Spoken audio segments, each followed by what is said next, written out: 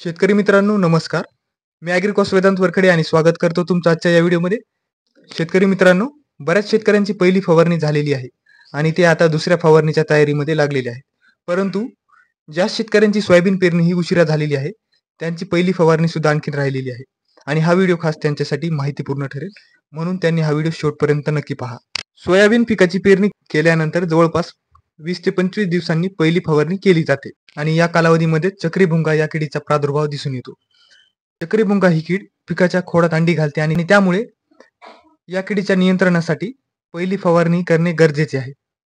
पहिल्या फवारणीमध्ये आपल्याला lambda सायहॅलोथ्रिन plus थायोमिथाक्झम हा घटक असलेलं कोणतंही कीटकनाशक वापरायचं आहे. त्यामध्ये उदाहरण पाहिलं तर तुम्ही सिजेंटा कंपनीचे अलिका हे कीटकनाशक वापरू शकता.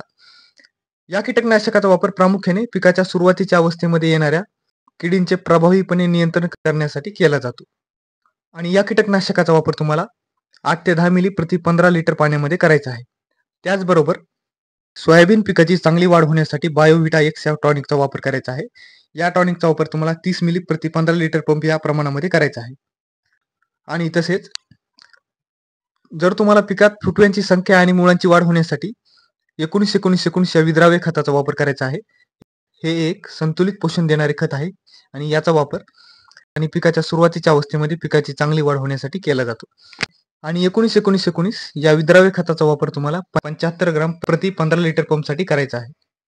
शेतकरी मित्रांनो, जर सोयाबीनच्या पहिल्या फवारणीसाठी कॉम्बिनेशन पाहिले तर त्यामध्ये अलिका 8 ते 10 मिली प्लस बायोविटा एक्स 30 मिली प्लस 19-19-19 या विद्राव्य खताचा 75 ग्राम प्रति 15 लिटर पाण्यामध्ये तुम्हाला मिसळून वापर करायचा आहे. तर शेतकरी मित्रांनो, ही होती सोयाबीन पिकामधील पहिल्या फवारणीविषयी संपूर्ण माहिती. तुम्हाला जर ही माहिती उपयोगी वाटली असेल तर व्हिडिओला लाईक करा.